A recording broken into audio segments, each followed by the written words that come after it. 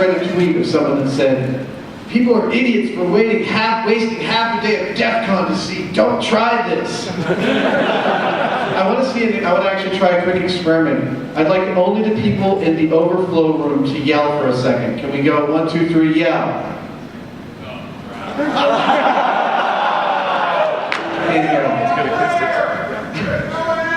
There's no one in there. Excellent.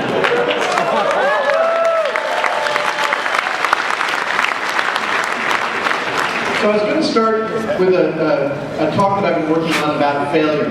And then I realized I'm also actually talking to the crowd that understands more about failure than actually I know, I'm quite sure. I mean, you guys, your whole hobby, your whole hobby is about inducing and exploring failures of systems, right? I'm not talking about just failures.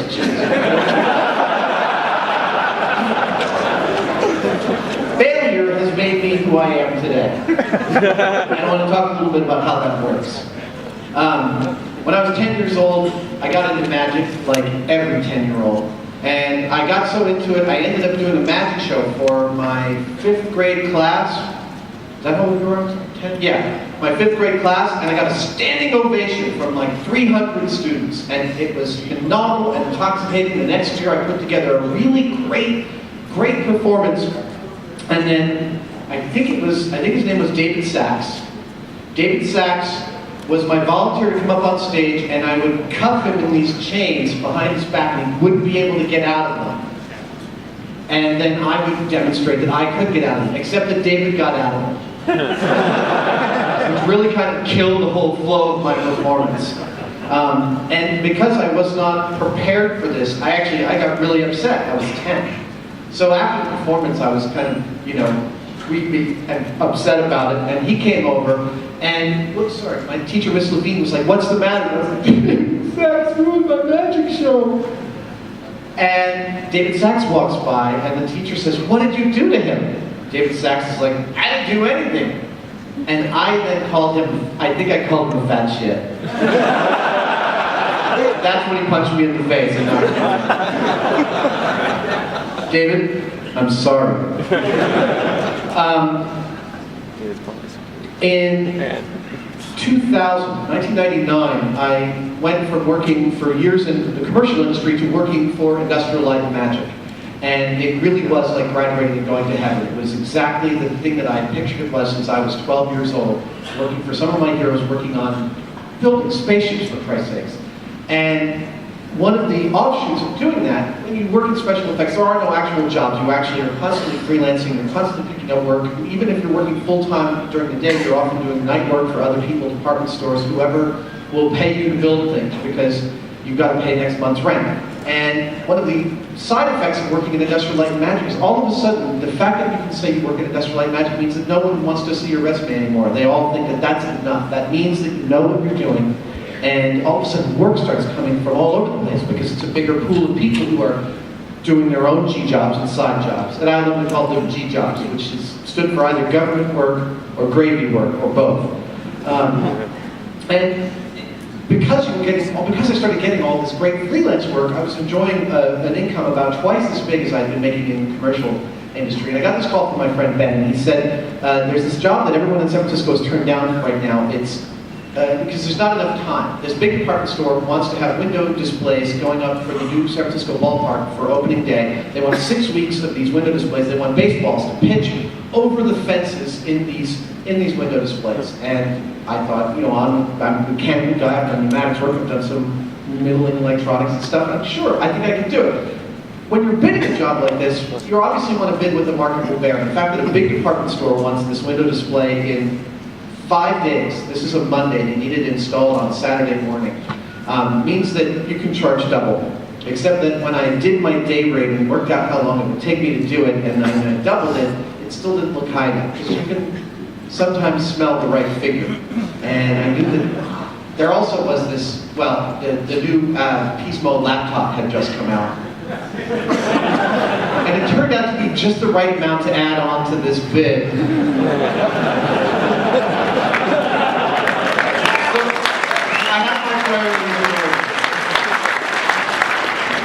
So So I gave him this bid. It was it was the most I'd ever charged for a job like this.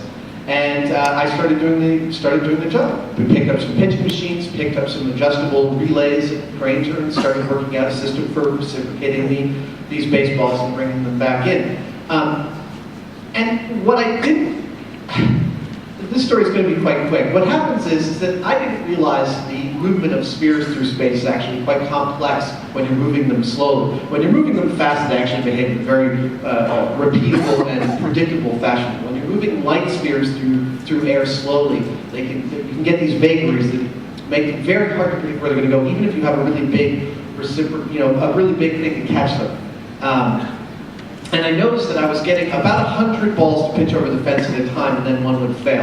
And I did the math, and I realized that meant that they'd fail about every 8 minutes for 6 weeks. And I didn't have that many baseballs, so I started to try and work out solutions. And it culminated in me staying up and I just kept on seeing this money, right? This laptop was going to be there at the end of the week, so I just kept on barreling towards it. I didn't sleep Thursday night, I didn't sleep Friday night, and Saturday morning you remember how Home Depot, whenever they open somewhere, they open 24 hours a day until they've shut down a certain amount of local hardware stores and then they cut back to banker's hours? This was early in their tenure in San Francisco. I was there at like 2 in the morning, I was there at 4. I put a router at 2 in the morning just because, where else can you do that? I didn't need a router. So I showed up on Saturday morning without any sleep, figuring that I was going to be able to make this work. And I was kind of buying my own hype. I said, how can I learn? I ought to be able to make this work. I've done 500 commercials. This will just work. And after 13 hours of trying to install this thing, where I discovered that they had actually made the stage I was reciprocating the returning baseballs under smaller, and the backboard also narrower, so that all of my tolerances became a little bit tighter. Everything was going far worse in the windows than it had been going in my shop. I would have begged for a 1 in 100 failure rate in the windows, but I was getting like 1 in 10. And about 6:30, this, I think, teenager who was in charge of this job, she was like 20, she said, how's it going? And I said, it's not going to work. I've never said that to a client before. And she said, what? She's never heard that from a vendor before. And I said, this mechanically is not going to work. These balls are just going to fail. It's going to run for 5 minutes and then there won't be any balls pitching over the fence. And she said, well, what are you going to do about it? And I thought a lot about this. I thought, I'm earning some of this money. So you still see the laptop of it. I'm earning some of this money. I'm probably willing to refund them half. Well, just right away half. I mean, this job is, everyone turned it down. I still want to get paid for some of my time. And I'm ready to do this, but the first thing I say is, look, let's try and salvage this. I'll come up with 2 solutions in the next 10 minutes. And if you choose one of them, if you like it, I will implement it by 8 a.m. tomorrow morning. I should also point out, this is 6:30 p.m. At that very moment, my mom and my sister were arriving at San Francisco Airport to spend the weekend with me and my wife and our new 6-month-old twins, who I hadn't seen in 3 days because I've been working on this job. I figured at this point I'd be driving to the airport to pick up my mom, but I wasn't. I was now agreeing to stay up for another night, and again I was at Home Depot 2, 4, and 6 a.m. doing this, basically stringing these baseballs on a monofilament and running them up and over the fence. And they said, yes, okay, we'll go for that. Again, I'm still figuring that at the end of this, she's going to say, you owe us some money back. And, if I implement Plan B successfully, I'll just wipe a third of this. And I spent all day Saturday installing this thing. And at the end of the day, the head of the VP of visuals comes in from out of town. He takes a look at the windows. He walks up and down. It's great, looks great. Those baseballs on the monofilament, they look like crap. Get them out of there. I told that story to a colleague at ILM later on, and he said, man, I've never screwed up a job that bad. I thought, really? Really? I mean, that makes me not trust you so much. I mean, I told this with the benefit of hindsight. It was about 1.5 years, 2 years later, and I realized how important that experience was to me. People who have failed, people who don't think that they've failed, I don't like working with them. They're gonna push me under the bus at some point. In 1986, I had pretended to attend NYU for about 6 months, and then dropped out. It was kind of a family chip on the shoulder problem with authority that I had. And but I had made several of the friends I still have as my dearest friends in the world there, and they were all attending NYU Film School. And so, living in New York at the time for about 4 more years, I got kind of an Arizona New York University Film School education by working on all of their films. And the first and biggest one was from my friend David Warlow. And he was doing this super, super ambitious senior thesis film called Gargoyle and Goblin, a full-on fantasy, 30-minute fantasy film taking place in New York, shot in all the abandoned male porn theaters in Midtown. Why did we have access to them? Because David's grandmother owned them all. He said getting to Thanksgiving dinner was an adventure. She lived in Boston. I had to go through a lot. Anyway, we're working on Gargoyle and Goblin, and David and I, we talked about it for months. I knew it was coming, and he asked me to art direct it, and I did. And actually, I art directed it with a couple of people who've since gone on to become really, really amazing Hollywood art directors. And it was the first time I'd ever done anything on that kind of scale. And it really worked out well. It was an incredibly consolidated crew, 16 people shooting nights for 2 weeks, living in this block of abandoned buildings where we're filming, constantly blowing out the power of one building, tapping into the one next door to it until we blew out power to that one. Getting incredible footage in the can, pneumatic wings on this gargoyle and all this stuff going on. And it ended up winning Best Art Direction at the NYU Film Festival, NYU Film School Film Festival that year. And I thought, this might be really a viable occupation for me. This is the, I thought I wanted to be an actor. Before that, I thought I wanted to be a juggler, a magician, designer for Lego. There were all these things that I had desired to do, but I thought that art direction really might be it. And so I started to, throw my name out to friends. If you want me to art direct your film, I could do it. And my friend Gabby called me up and asked me to do this film, and she was producing. She was experimenting with being a producer. And she was working on this film called 10 Key Trauma, which is about a guy with a bad toupee who goes to an ATM, and the ATM makes fun of his toupee. And they needed one of those ATM enclosures that are all over New York. The door you have to put your card in to get into this little 8 by 10 foot cell with an ATM in it. And they needed that whole thing, and they needed control over it. They couldn't get the location, so they asked me to build it. And they had this huge budget, $800. And I started working on it. I had never built flats before. I had never really built any kind of technical prop like a bank machine.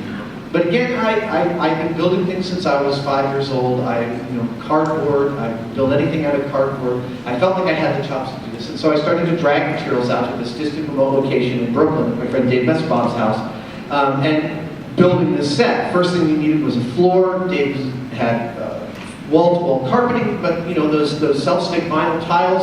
I stuck one down, I jumped on it for a second, and I peeled it back up. Didn't leave any sticky stuff on the carpet. It seemed like it was going to be fine.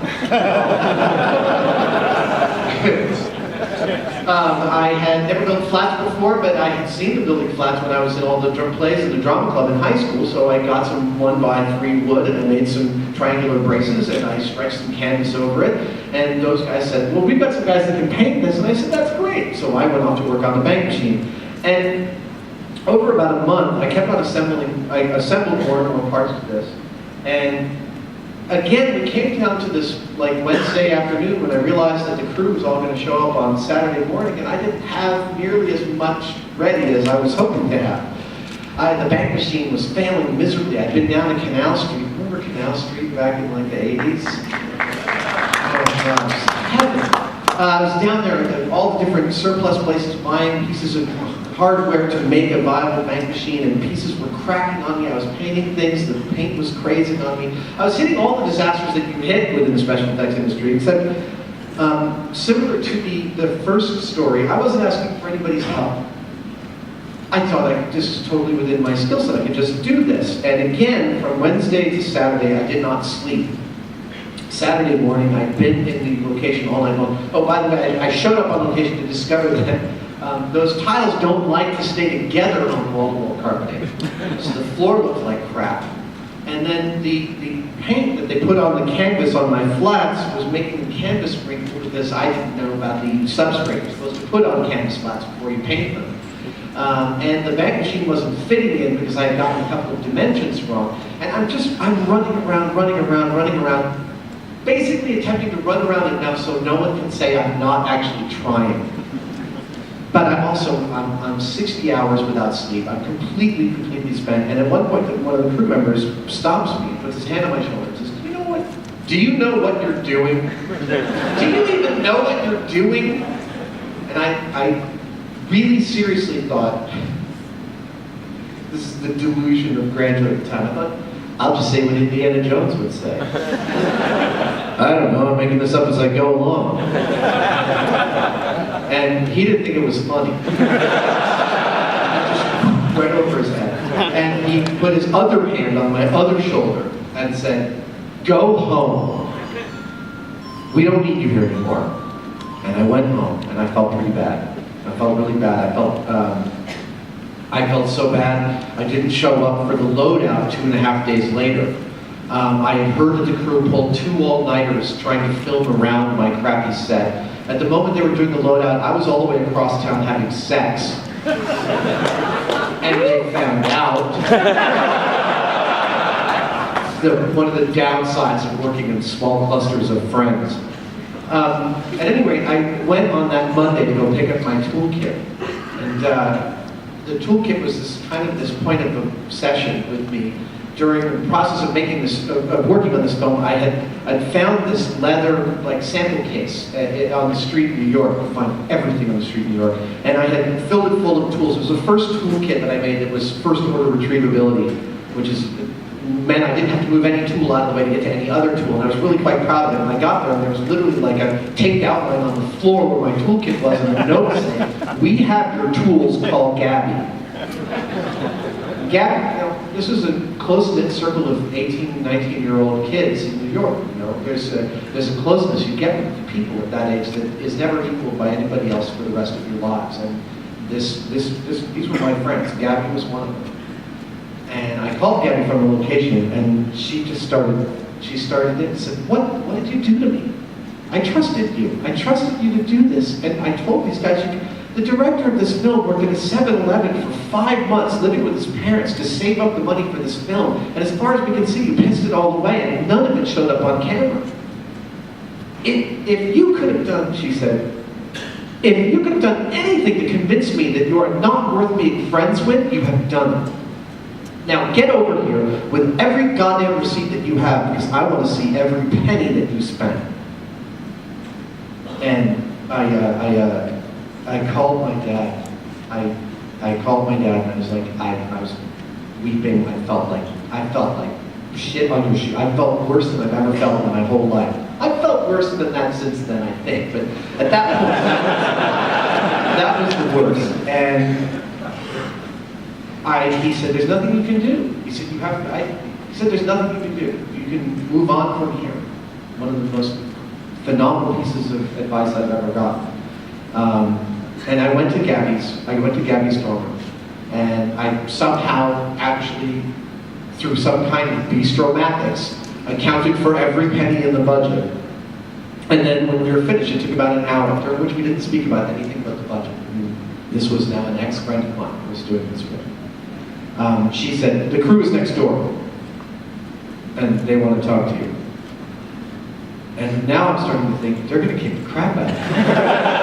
Actually, the way I feel, that would be appropriate. I feel like that would be an appropriate response to the circumstances, and I would actually feel like it would be a release, like I get to pay for my sins.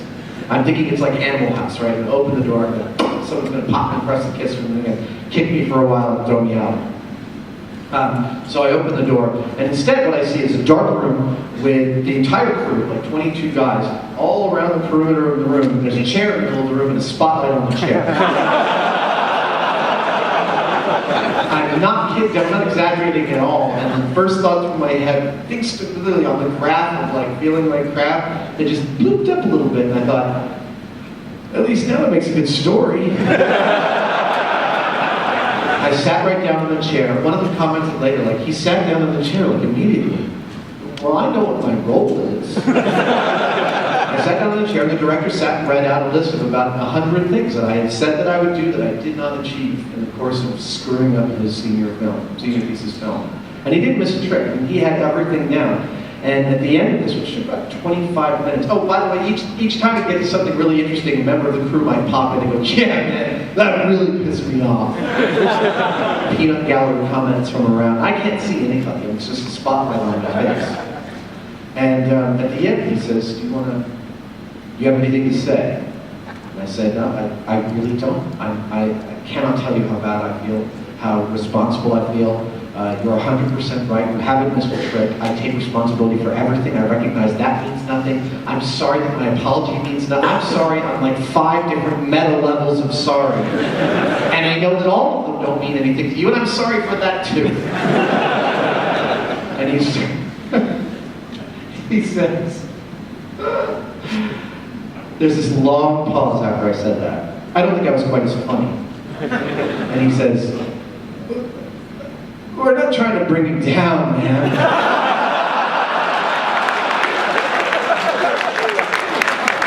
I had a therapist point out years later, like, I grew up with this, my dad was kind of crazy. And, you know, when my dad would get pissed off, you did not want to get in his way. And I am the master at not getting in somebody who's pissed off's way. I'm the reed that bends. And these guys were no match for my ability. Their anger was nothing compared to my dad's. Ooh, this went right by. Terrible positive reinforcement for my skill set. So what did this do for me, though? This informed me that I was totally fallible, that I need to ask for help, that I can fail and move on, that these are really important things. Every parent will tell you that, if you make a rule for your kid and he'll break it, you put a wall up and he'll push against it. And there's a prevailing theory, I don't know whose it is, that this is how a child learns the shape of the world. And if you don't give them any boundaries, they start freaking out. We all know children who don't get any boundaries. They start freaking out because the world feels unsafe to them. They need someone to tell them what the limit is.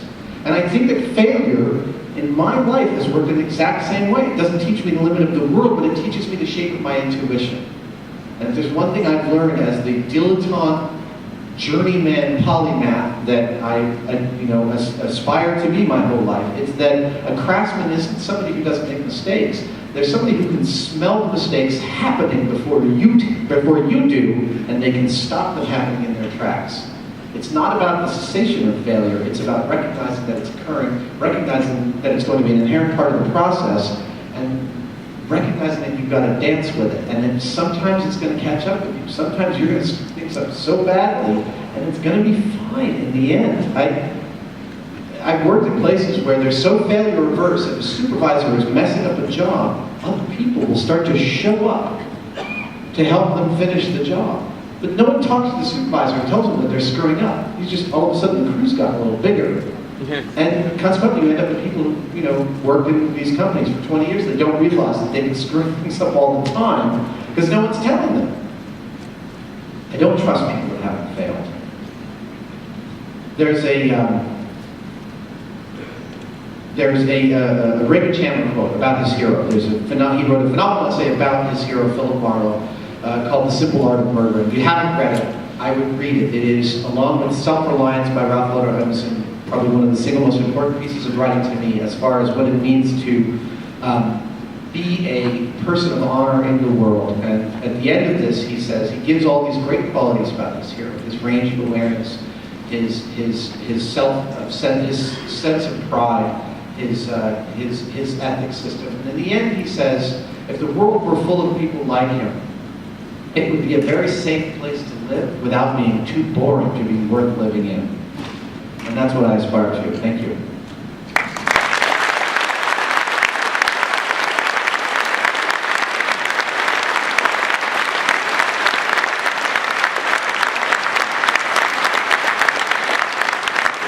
Now, I'm opening the floor to questions for a good, 40 minutes or so? Yeah, awesome. And anyone want to take bets on whether RFID is the first, second, or third question I get? Well, we can deal with that right away. But before we deal with that, I have a question. Because I remember seeing this talk.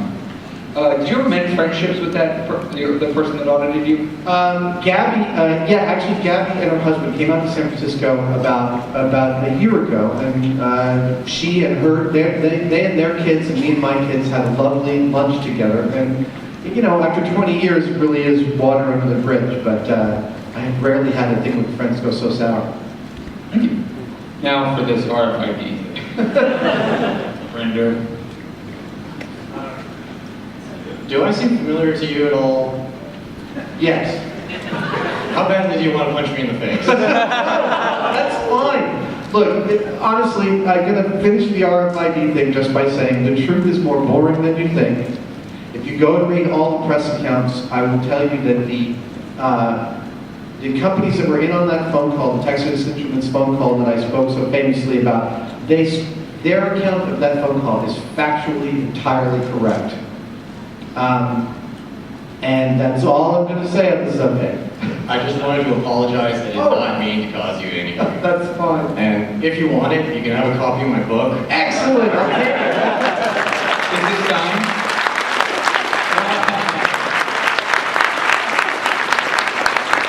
Awesome. So let's do some Q&A. Who's first? Well, you gotta stand up and come here. This is not a magical stretchy mic. So I think what all of Defcon wants to know is just how much taller is Jamie than you? He's tiny! Jamie's got his feet are like this big. I think it's from his time as a geisha in the 18th century. And he's like 5'4", he walks on apple boxes all the time. Can you tell us about a myth that will never make it to the air that you've researched?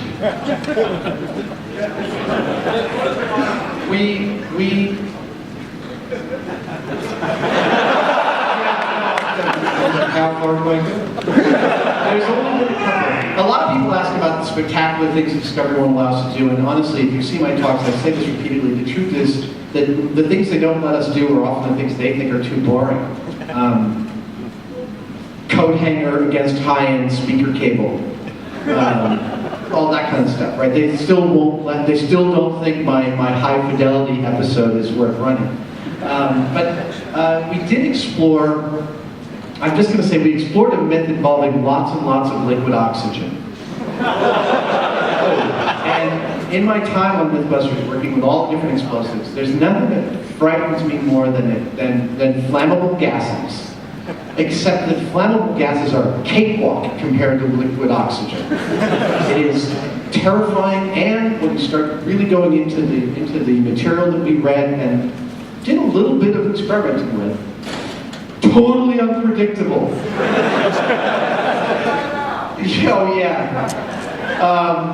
It's terrifying stuff, and we've just abandoned that story because it involves working with too much liquid oxygen under too hard to reproduce circumstances from too far away, so we're just not going to go there. You still got your hair though, you're okay.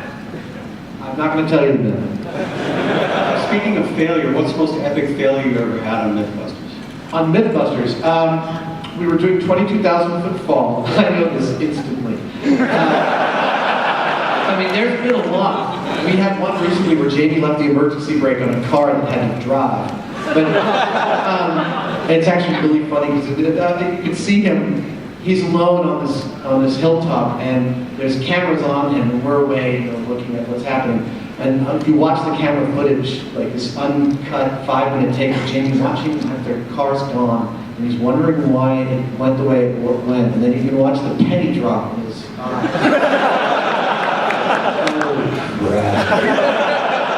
No, we were on 22,000-foot fall. This is a myth about a paratrooper falling out of a bomber into a train station glass roof as it was exploding. And supposedly the blast pressure cushioned him total hogwash. But we had a weather balloon holding Buster up 450 feet above this fake train station roof we'd made, and the wind was blowing it off in the wrong direction. And well, we had to get Buster up to the top of this with a quick release.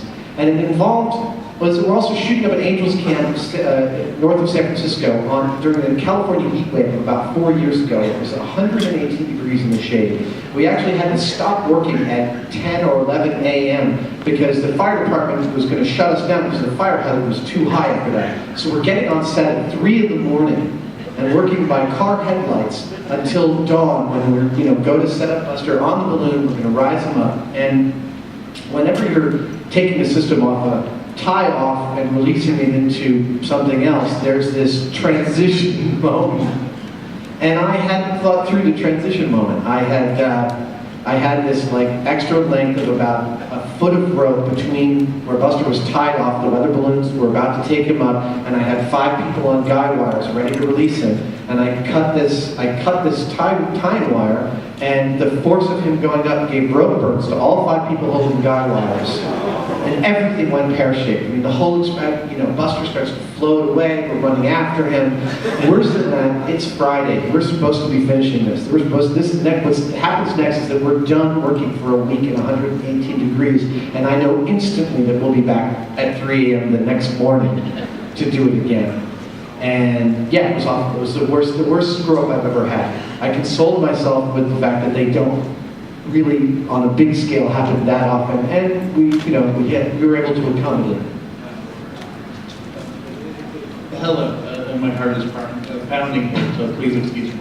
But I do want to say first one very quick comment, which is that I do actually suffer from social anxiety a lot, and so actually hearing that the failure talk is very helpful. My question is actually about the Apollo mission, that was a wonderful episode. I was just wondering what you would like to have done additional that you weren't able to do, just because I actually had to share that video with some coworkers to actually prove to them, we actually did go to the mission. Yeah, just anything would be great. I really like the show. Well, we love that episode. That episode was what we sent out as an example of our best work last year to the Emmy nominating committee, and it's one of the reasons we got nominated for an Emmy for the first time this year.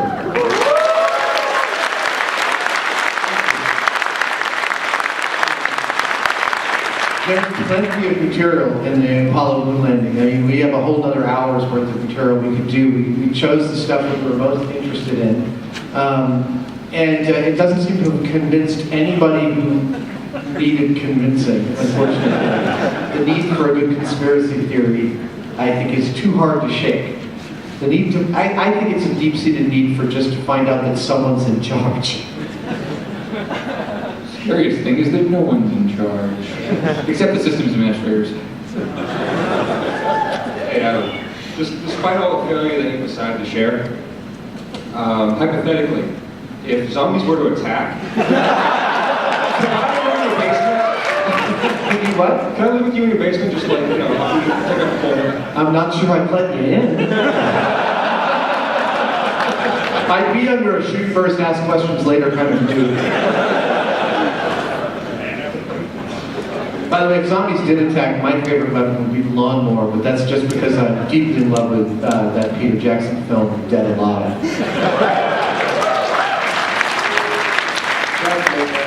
Mr. Savage, how are you? Very good. You're a very attractive man. No close like me. Okay, flight for me. So the one guy again on the question I had, are you currently working for the government on staging a manned mission to Mars type of thing? The community's been asking, and secondly, where do you buy your cod pieces? Where do I buy my what? Cod pieces. Cod pieces? Oh, this is real, mate.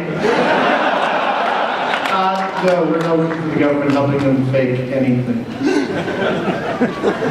think they've turned to us? I know much more qualified people that need to do that. So 2 questions on failure for you. One for me, one for you. One, have you recast your Falcon yet down to the appropriate size? And 2, as a big fan of the show, I really want a replica of the Mythbusters sign. How does the Mythbusters team make it? It's a plasma cutter in about 30 minutes.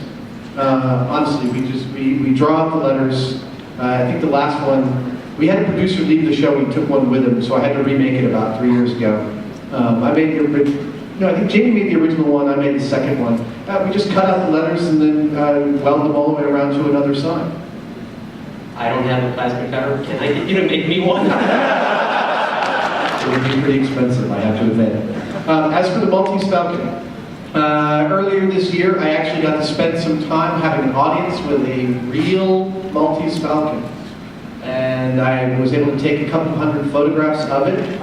It was last minute access. I didn't have a ruler, so I did the old prop maker's trick of putting a dollar bill next to it. I have a ton of reference material, so I'm actually planning to re-sculpt the entire thing from scratch the next time I get a free weekend. I'm not sure when that's going to be. But no, that's an ongoing saga. You, sir, are a giant nerd. Everything's the best way. Hi, I'm Syntax. I'm hosting the Defcon Geo Challenge. I'm the one that originally emailed you to get you out here. Well, thank you so much. I'd like to thank you personally for coming out here and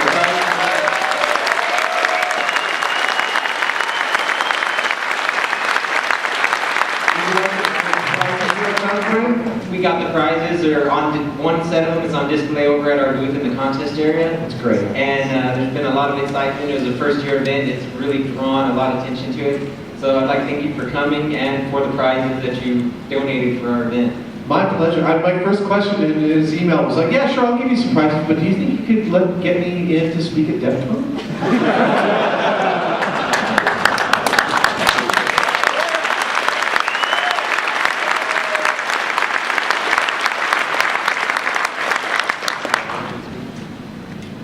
I've noticed that there's often a difference between when you're confirming or busting a myth, that sometimes you confirm or deny the myth based on the spirit of the myth, and sometimes it's based on the letter of the myth.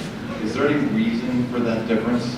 No, it's as we feel it, honestly. No, you're absolutely right. It comes up just like that, where we'll often get to the end of a bunch of experimentation, and Jamie and I and the producer will have 3 different ideas about how to call it.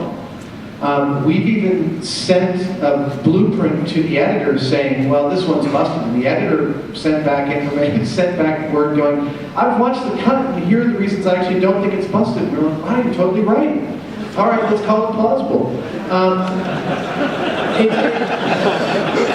It's like science, man. It's open to interpretation, often, the results. And I mean, we play it as we feel it. And if we got it wrong, we'll go back and revisit it. That's one of my favorite parts of the job. Well, obviously the rocket car was one of your very first myths. And then you tried it again and it didn't go so well. Do you have plans to give it another shot? Because that would be fantastic. Yeah, no, Rocket Car 3.0 is on the list.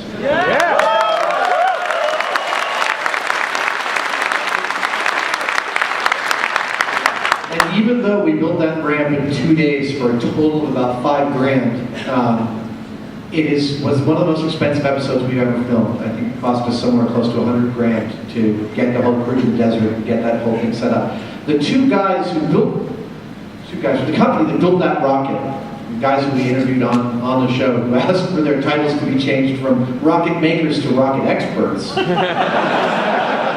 they have actually graciously offered 2 rockets for free, which is a great big savings. When I said I think some of those would be $10,000, actually each of those rockets was $10,000. So it's $20,000 worth of rocket power.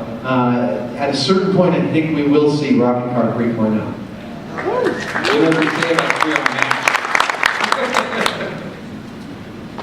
There was a Mythbusters episode where the helpers did the Iraqi batteries. I remember that you got electrocuted a little bit, and you got a little shocked. I was kind of wondering, were you really that pissed, or were you just kind of BSing it for the camera? I was so pissed, and actually my whole crew was so pissed. As my wife saw the episode after about 6 months. I mean, I came home that day and told her about it. She was really pissed off. It wasn't actually Cary Grant or Scotty that had initiated that. It was our producer at the time. And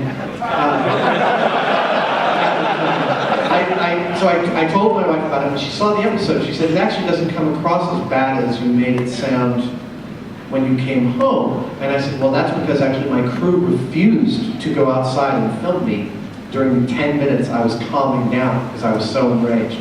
That's 100,000 volts. I mean, even though it's for, 2 milliseconds, it was right through the center of my heart. And it initiated what was kind of an unspoken agreement, which is a prank detente among the Mythbusters crew, specifically Jamie and I, which is because when it comes to pranking, we're kind of, I think, like nuclear powers. And it's usually assured, it's like, I get you with an electric buzzer and I come home and my house is full of water. That kind of like, boom, boom. And Jamie, he fights dirty and I don't want to get into that.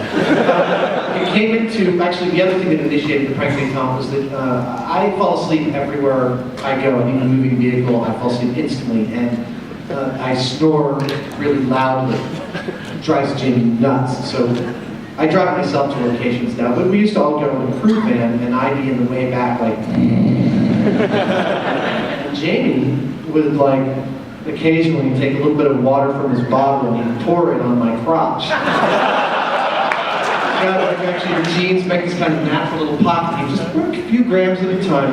And this one time, he managed to get a whole bottle while I was sleeping, and I was having the weirdest dream. And I woke up, and you know how sometimes you wake up and something's happening, and you know exactly what's happening? I knew exactly what's happening. I literally, before I even opened my eyes, I smacked him in the back of the head. And said, do you really want to go here, man? Because I'll spend weeks planning something that's funny to everyone but you. That will be my goal. Just like Jamie Chris.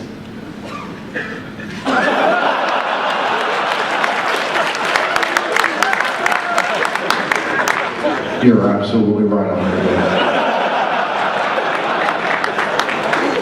So, speaking of monster walrus face,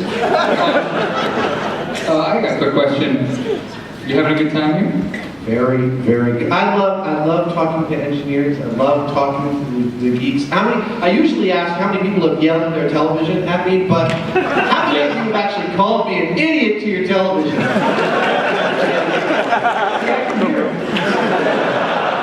So, what you doing next year around this time? I'll come right on back. What about the rest of the crew?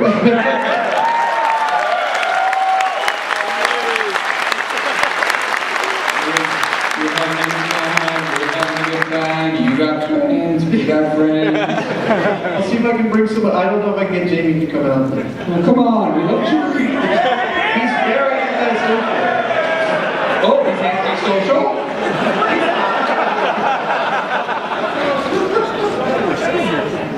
All right, I'll bring Grant next year, I promise. Wait, is this?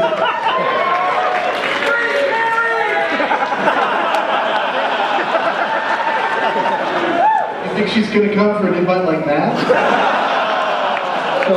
So one of our red shirts made a note that Jamie does have to sleep occasionally, and we have some very able bodies. But he sleeps in a locked crying chamber, so. Let me introduce you to Deacon.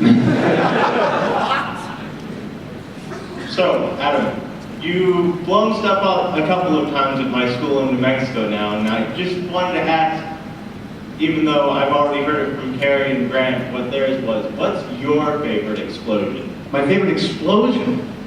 So I'll tell you the story about at New Mexico Tech letting that rocket car go off.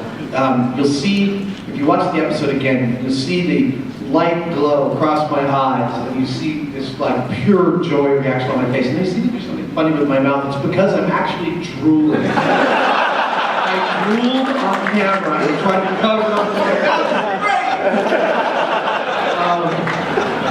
It's better if I have the footage, but watch the episode again and tell your friends. It's drooling.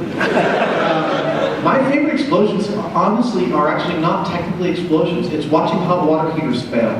I hope you never experience it firsthand without proper planning. I thought I wasn't supposed to do that at all. Jamie and I talked about, like, at this point, after, 800 some odd setup explosions, they're like wines to us. We're like, oh, that had a sharp snap with a nice deep rumble. I'm still feeling it. And C4's got its crack, and the Ampho's got its thud, and the hot water heaters are just like guttural, and I can't get enough of the hot water heaters. So we did the hot water heater up through the roof of your house a couple of years ago, and people kept writing to us and said, my house is 2 stories and my hot water heater's in the basement.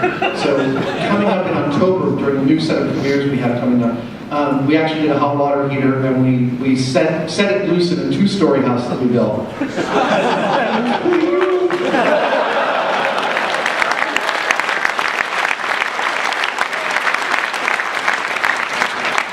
Hey there.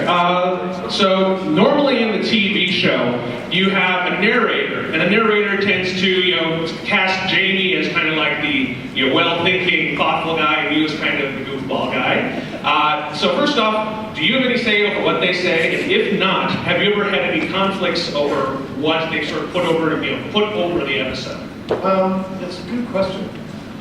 It comes down to, no, the show gets written in Australia. We drive what we shoot. So we have an idea about how this narrative is playing out. And we shoot, after all these years, at a fairly low ratio for reality television. So that when we get a rough cut, we're pretty clear about what it was going to look like. The writers and producers who cut the show in Australia, we have a very good relationship with them. So I've never been really unhappy with something they've written in. They do sometimes play around with the conflict, which is still quite genuine. I mean, the dislike you see between Jamie and I and our methodology sometimes is absolutely there. There was a time actually early on in the show where I did end up having this concern that, I had this fan write to me and said, I really like your show, Mythbusters. Actually, it's more like Jamie's show, and you're his perky assistant. I'm giving the guy that voice because, I'm editorializing.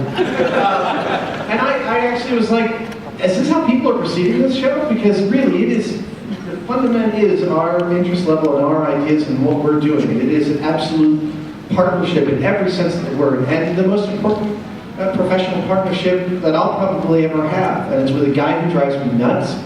It's with a guy who I have the deepest respect for. That makes a big difference because it allows you to realize that, this product is bigger than the sum of its parts. You recognize that people love the show for what it is, and what you see really is kind of what you get. We do fudge around sometimes. There was a point at which Jamie caught a terrible flu. He caught a terrible flu when we were shooting the Ninja, that one part of the Ninja episode, the Walking on Water. And so we ended up shooting that whole sequence around him not being there with insert shots for him to come in, so that when he came back in, we could make a maximum use of him, even down to it being his idea. Because within the context of the episode, we make sure that we trade off so that one of us is doing this, one of us is doing that. We really want there to be a balance between stuff. And so there are sometimes things that are my ideas on camera that were his idea in real life, and vice versa. It's a very spongy process.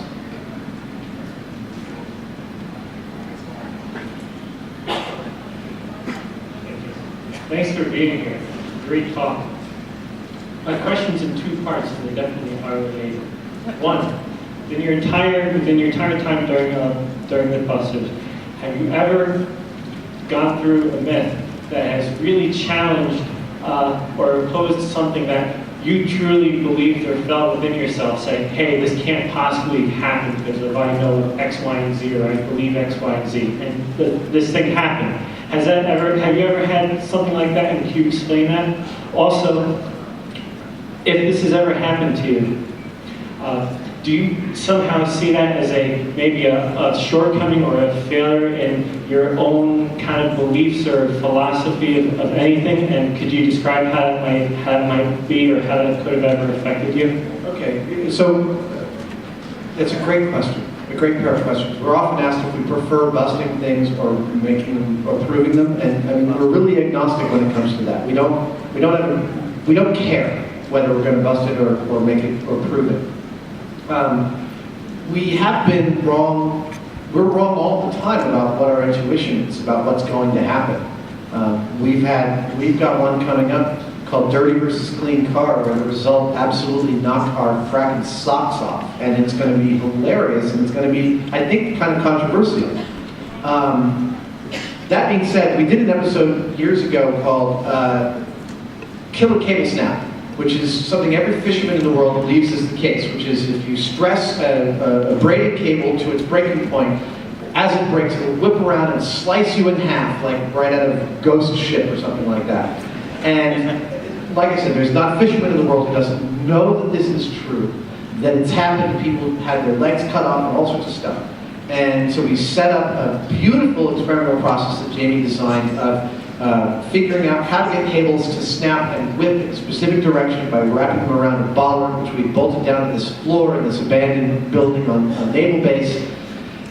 We took varying cables from 1/4 inch up to 3/4 inch up to 80% of their breaking strength, and we're cutting them with a pneumatic cutter. They were whipping perfectly. We had a bunch of dead pigs in the line of fire, and we absolutely believed when we started out that experiment that morning that we'd have sliced ham for lunch, that we would be watching beautiful high-speed shots of this cable whipping through. I really believe that was the case.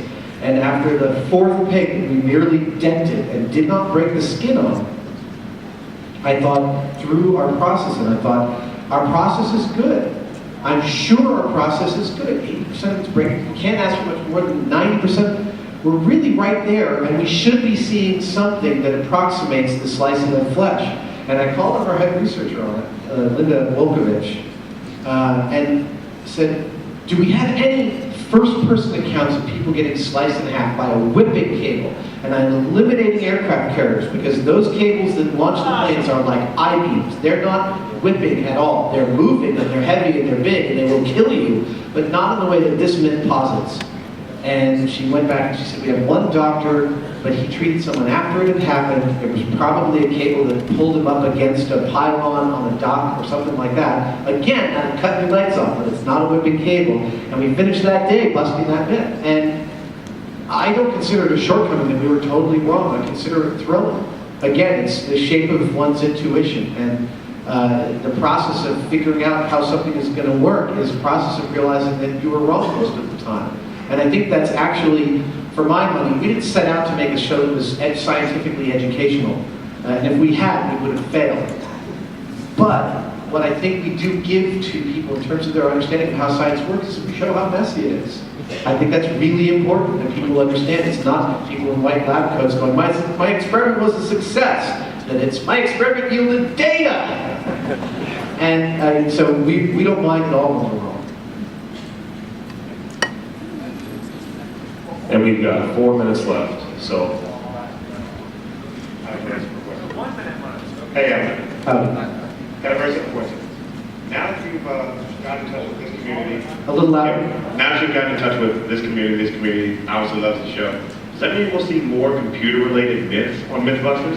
No, but they're a tough sell for discovery.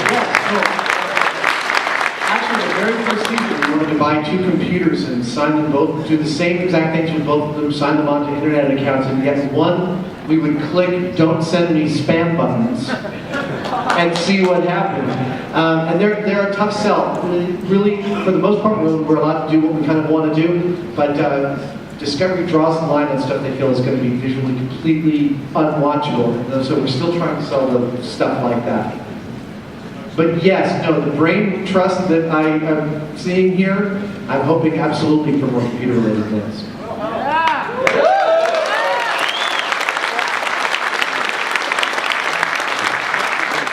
Okay. Well, it's time for you to move along, sir. But there's more to come. Can I say thank you for the time? Defcon, thank you so much for having me here. It's my honor.